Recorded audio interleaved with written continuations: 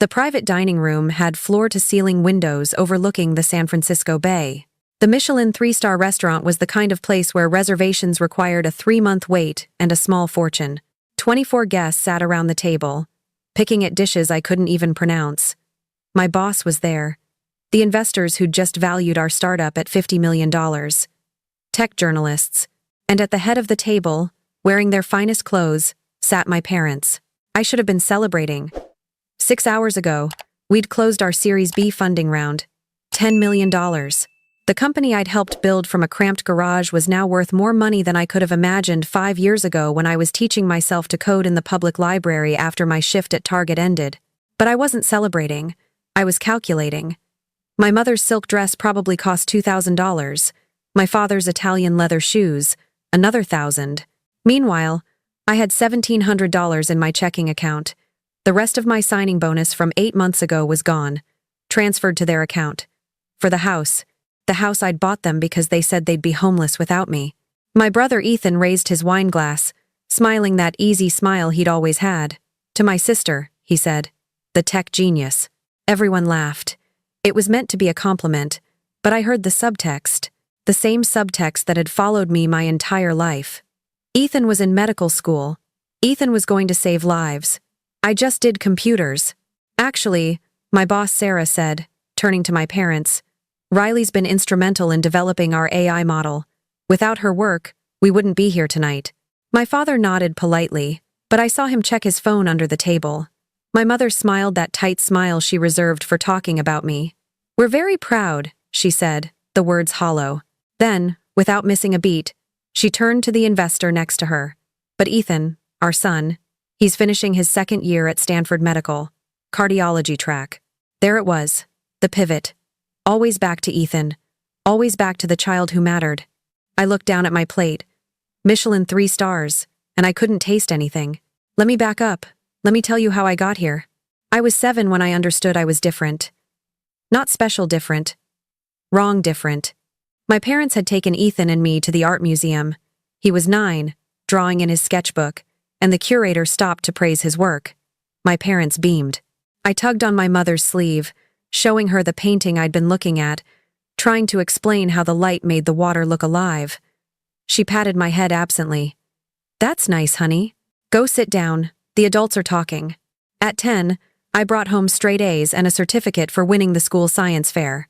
My mother put it on the fridge behind Ethan's participation ribbon from soccer.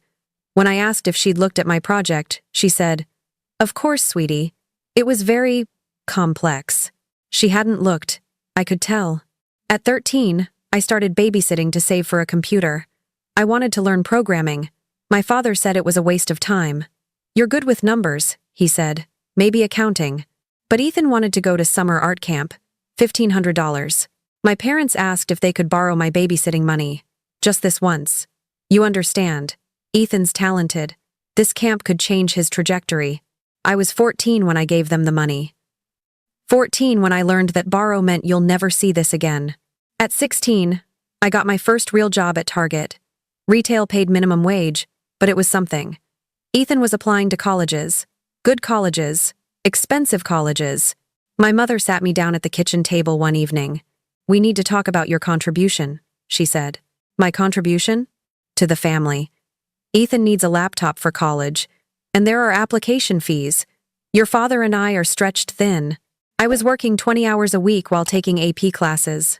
But I'm saving for college too. My mother's face hardened. Ethan is going to be a doctor, Riley. He's going to change the world. You're good at math. You can go to community college. I went to community college. I worked full-time at Target and took night classes. I taught myself Python from library books because I couldn't afford the textbooks. I slept 4 hours a night. And every paycheck, I transferred money to my parents' account. For Ethan's dorm. For Ethan's meal plan. For the family emergency that was my mother's spa weekend. When I was 21, I got an internship at a tech startup. It paid actual money. Real money. The kind of money that made me think I could finally breathe. I found a studio apartment in Oakland. 300 square feet, but it was mine. I could walk to BART. I could save. 2 weeks after I moved in, my father called. The mortgage was overdue. Could I help? Just this once. We wouldn't ask, he said. But you're doing so well now. I helped. And then I helped the next month. And the month after that. The power bill. The car insurance. The water heater that broke. The credit card debt they'd accumulated because they weren't good with money like me. At 23, my company offered me a full-time position. $85,000 a year. I cried in the bathroom when I got the offer letter. I thought I'd made it. My parents asked me to co-sign a loan for a new house. We're getting older, my mother said. We need something nicer, more space for when Ethan visits. I didn't visit. I was never invited for holidays. You're always so busy with work, my mother would say when I asked. I co-signed. They promised they'd make the payments. They didn't. I made the payments. At 25, I was promoted to senior engineer. 6-figure salary. I was eating ramen for dinner because after the mortgage, the utilities, Ethan's student loan payments that fell through the cracks, and the car my father totaled, I had nothing left. My parents had a 4-bedroom house with a pool. I had ramen and a studio apartment with a broken heater. I never said anything. Because saying something meant admitting that my family didn't love me. That I was just a resource. An ATM with legs. Last year, everything changed. I joined a startup, 3 of us, founded in a garage in San Jose. AI-powered accessibility tools. We worked 90-hour weeks. We slept under our desks. We believed in it. And somehow, miraculously, it worked. Investors noticed. Users loved it. We grew. 6 months ago, we got our Series A, $2 million. I got a signing bonus. $60,000. I stared at that number for hours. It was more money than I'd ever seen at once. My mother called that night. We heard about your bonus. Congratulations, honey. Your father and I were thinking, since you're doing so well, maybe you could help us with the house. We want to renovate the kitchen. Granite countertops. It would really increase the property value. Mom, I need to save this. I'm 27 and I have nothing in my retirement account. Silence. Then, after everything we've done for you, we raised you, fed you, put a roof over your head, and now that you have money, you can't help your own parents? I transferred $40,000 the next day. I told myself it was the last time. It was never the last time. Tonight was supposed to be different. Tonight, we'd closed Series B. $10 million. The company was real. We were hiring, growing. I was the head of engineering. Sarah had insisted on this dinner. Bring your family, she'd said. Let them see what you've built. I'd hesitated, but some small, stupid part of me hoped that maybe this time would be different. Maybe if they saw me here, in this world I'd created, they'd finally see me. The appetizer course arrived. Some kind of foam with edible flowers. My mother took a photo for Facebook. Our daughter's company dinner, she'd caption it later. As if she'd been involved. As if she'd ever once asked me about my code or my projects or the 80-hour weeks I'd poured into this. One of the investors, a woman named Margaret, turned to my mother. You must be so proud. Riley's work is groundbreaking. The accessibility features she developed are changing lives. My mother smiled that practiced smile. Oh, we always knew she was good with computers. But honestly, we're just grateful Ethan's found his calling in medicine. That's real impact, you know, saving lives. The table went quiet. Sarah's eyes flicked to me. I felt my face burn. Margaret recovered first. Well, technology saves lives too. Riley's software helps people with disabilities navigate the world. That's quite literally life-changing. Of course, my father interjected. He'd been quiet all night, letting my mother hold court. Riley's always been practical, good with numbers. We encourage that. But Ethan, he's got the gift. The healing touch, they call it. Something cracked inside me. 27 years of swallowing words. 27 years of being invisible. Sarah leaned forward. Actually, I'd love to hear more about Riley's childhood. Was she always interested in technology? My mother laughed. It was a bright, performative sound. Oh, Riley was always so independent. Never needed much attention. Not like some children. She just did her own thing. Quite the little island. Island. Like it was a choice. Like I'd chosen to be excluded from family dinners and vacations, and the 1,000 small moments that make you feel loved. An island, I repeated slowly. The words felt thick in my mouth, My father nodded, oblivious. Made our lives easier, honestly. Ethan needed so much support for his studies. Riley just figured things out. Figured things out. Like how to survive on $3 a day so I could send them $3,000 a month. Like how to negotiate a raise so I could pay for the brother who never thanked me. Like how to smile when they forgot my birthday for the 7th year in a row. The main course arrived. Wagyu beef. $200 a plate. My mother cut into hers delicately. This is wonderful, Riley. You've done well for yourself. We're having the contractors come next week to look at the kitchen renovation. The estimate came in at $70,000, but it'll be beautiful. She said it casually. Like it was a given. Like my money was theirs. $70,000, I said. Yes, we're thinking marble backsplash. Very elegant. Sarah shifted uncomfortably. She was starting to understand. I could see it in her face. My mother continued. Oblivious or uncaring. And Ethan's going to need help with rent next year.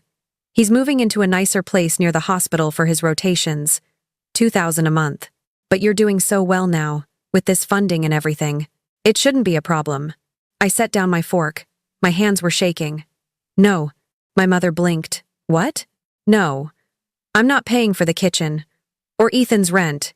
Or anything else. The table went silent. All 24 people stopped eating. Stopped talking. The only sound was the soft classical music playing overhead. My father's face darkened. Riley, this isn't the place. When is the place, Dad? When you text me at 2 in the morning because the car payment's due. When Mom calls crying about the electric bill. When is the appropriate time to say I can't keep doing this? My mother's shock morphed into anger. Her voice dropped to a harsh whisper. We are your parents. You owe us. I owe you? I laughed. It came out wrong, broken. I've given you over $200,000 in the last 6 years. I've co-signed loans, paid mortgages, covered credit cards. I've worked myself into the ground for you. And you know what I got in return? Silence. You didn't come to my college graduation. You said you were busy with Ethan's med school orientation. You didn't call on my birthday last year. Or the year before. You've never once asked me how I'm doing. Not really. You've never visited my apartment. You don't know my friends' names. You've never read a single article about our company. You don't know what I do. My mother's face had gone pale. People were staring. Riley, you're embarrassing us. These are important people. Important people? I stood up. My chair scraped against the floor, too loud. You want to talk about important people? Let me tell you about important people, Mom. Sarah stayed late 4 nights this week to help me debug code. Marcus brought me coffee every morning for a month when I was too stressed to remember to eat. These people I gestured to the table. These colleagues who you've met for 2 hours tonight have shown me more respect than you've shown me in 27 years. How dare you? My father started. No. How dare you? You taught me that love is conditional, that I'm only valuable when I'm useful, that my worth is measured in dollar signs and how much I can sacrifice for Ethan's dreams. Ethan hadn't said a word. He was staring at his plate, his face red. My mother stood, her voice shrill. If you're going to be ungrateful, if you're going to embarrass your family like this, then what? You'll disown me? Cut me off? I laughed again, that same broken sound. You can't cut off something that was never really attached. You've made it clear my entire life that I was never the child you wanted, that I'm not creative enough, not special enough, not Ethan. That's not true, my mother said, but her voice wavered. Isn't it? Tell me one thing about my life, Mom. One thing that doesn't involve my job or my money. Tell me my favorite color. Tell me what I wanted to be when I grew up. Tell me anything that proves you see me as a person and not a bank account. She opened her mouth, closed it. Nothing came out. That's what I thought. I pulled out my phone, opened my banking app. Right there, in front of everyone, I removed my parents as beneficiaries. Removed them from my account access. Changed my passwords. I'm done. I'm done sacrificing myself for a family that never wanted me in the first place. Riley, please, my father said. He looked old suddenly. Smaller. You don't mean this. I mean every word. And let me be clear. This ends tonight. No more mortgage payments. No more emergency loans. No more anything. You want to renovate your kitchen? Get jobs. You want to support Ethan? Figure it out. But I'm not your solution anymore. I turned to Sarah. I'm sorry. I need to go. She stood immediately. Don't be sorry. Take all the time you need. I grabbed my coat. Behind me, I heard my mother's voice, high and desperate. After everything we've given you, we raised you. If it wasn't for us, you'd be nothing. I stopped at the door, turned back. 24 faces stared at me, some shocked, some sympathetic. Margaret had tears in her eyes. You're right, I said quietly. If it wasn't for you, I'd be nothing. I'd be nothing but free. I walked out, down the elevator, into the San Francisco night, and for the first time in 27 years, I felt like I could breathe. The next morning, I woke up to 43 missed calls, 37 texts, all from my parents, all with the same message. How could I embarrass them like that? How could I be so ungrateful? Not one apology, not one acknowledgement of what they'd done. I blocked their numbers, changed my address with the bank, called a lawyer about removing my name from the house loan. Ethan texted me around noon. We need to talk. We met at a coffee shop in Palo Alto. He looked exhausted. For the first time, I noticed the dark circles under his eyes. They're freaking out, he said without preamble. Mom hasn't stopped crying. Dad's talking about lawyers. Lawyers for what? I didn't do anything illegal. You humiliated them. I told the truth. He was quiet for a long moment. Then, they really don't know your favorite color, do they? I blinked, surprised. What? Last night, after you left, I realized I don't know either. I don't know anything about you except that you send money every month. He looked down at his coffee.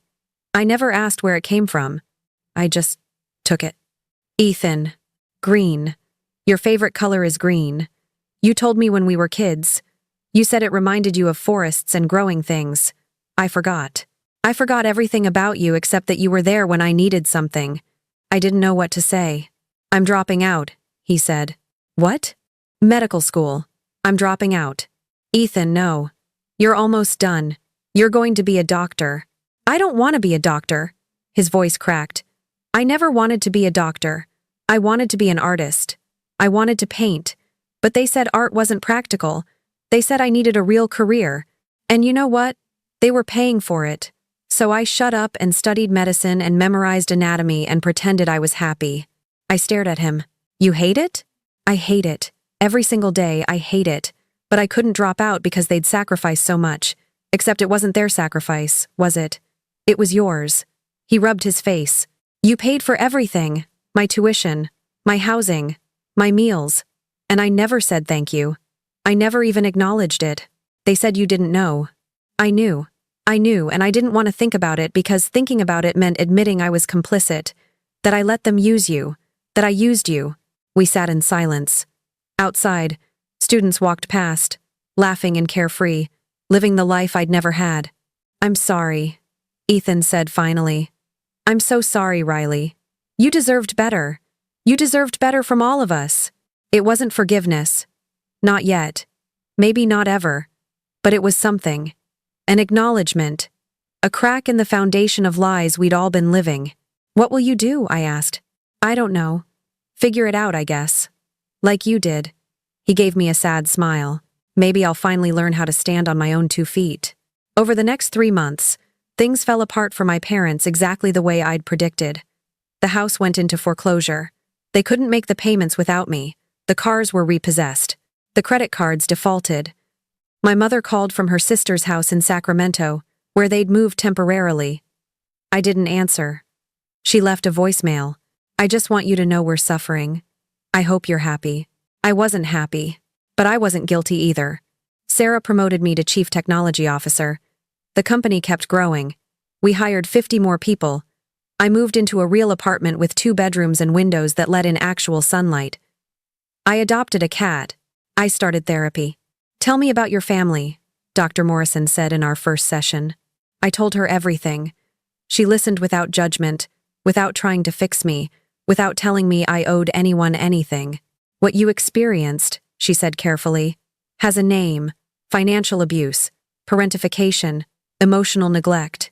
You were treated as a resource, not a child. You have every right to protect yourself. The relief of hearing that, of having a professional say out loud what I'd always felt but never had words for, made me cry for the first time in years. 6 months after the dinner, I started a nonprofit. Second Chance Finance. We helped people escape financial abuse from family members. Legal advice, therapy referrals, financial planning, all free. I poured my signing bonus money into it. The money I'd managed to save after saying no, after choosing myself. We helped 93 people in the first year. Young adults supporting parents who drained them dry. Siblings forced to fund golden children. Grandchildren guilted into empty bank accounts. Each story was different. Each story was the same. One woman, Maria, came in crying. Her parents had taken out credit cards in her name. 50,000 in debt she didn't create. I don't know what to do, she sobbed. They're my parents. I can't report them. Yes, you can, I told her. You can protect yourself. That's not betrayal. That's survival. We helped her file a police report, got the debt discharged, set up protections. 3 months later, she sent me a photo of her first apartment. Just a studio, but it was hers. She was smiling. That was when I knew. This was why everything had happened. Not so I could suffer, but so I could help others not to. A year after the dinner, Ethan showed up at my apartment. He was thinner. He had paint under his fingernails.